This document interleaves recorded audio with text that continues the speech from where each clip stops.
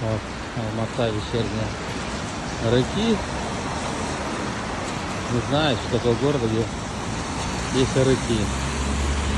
Фильтр. Водяной фильтр города, артерия города. Ой, как красиво. Осенние листья, мокрые дороги, серое небо. Ах, как здорово. И пробок нет, и вечерняя жизнь. Это вообще сказка. Так.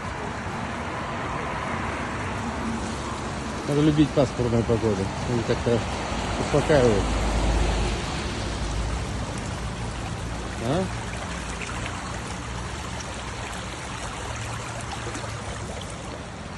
Горы — это наше море. И снежные покровы — это наша источник нашей пресной воды. Ну что, мы живем в раю, конечно. Мы живем в раю. Но этот рай, конечно, сильно нами эксплуатируется.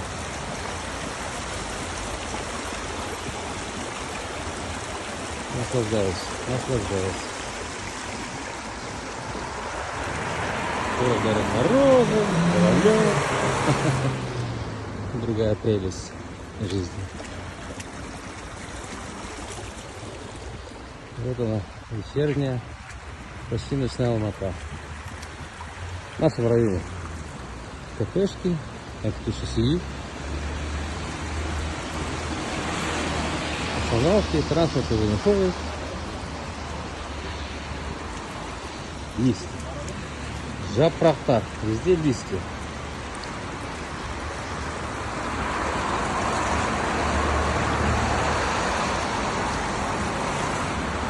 Замечательно.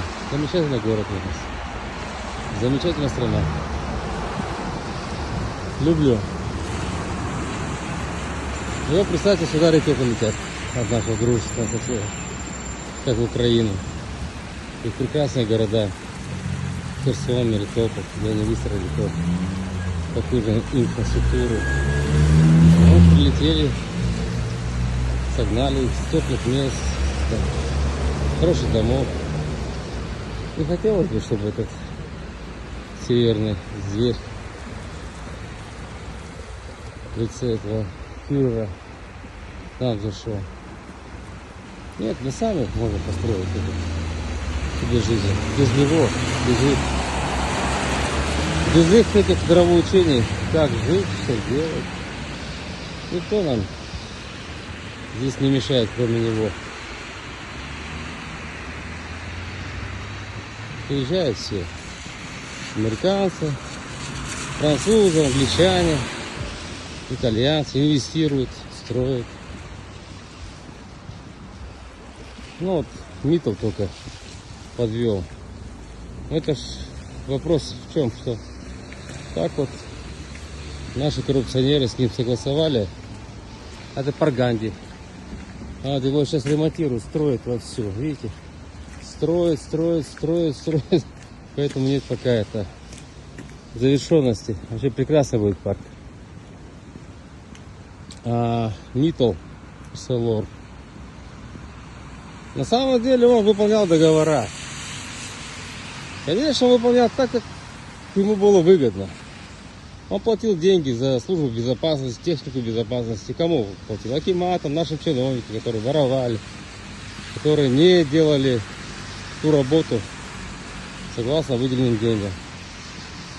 Все это была система одного диктатора.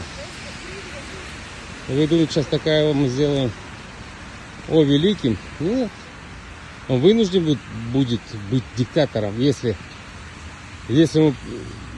конечно, он сделает хорошие выборы. Нет, он также придет к той же системе. Поэтому одна дорога. Сменяемость власти. Больше нет ничего. Больше никуда мы не придем. И поэтому Украина захотела пойти по пути сменяемости власти.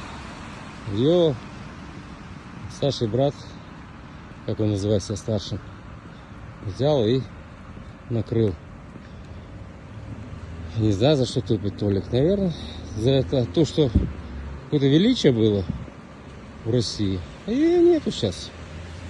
Путин ограбил свою страну, ограбил ныне живущих людей, их детей, тех детей, внуков и правнуков.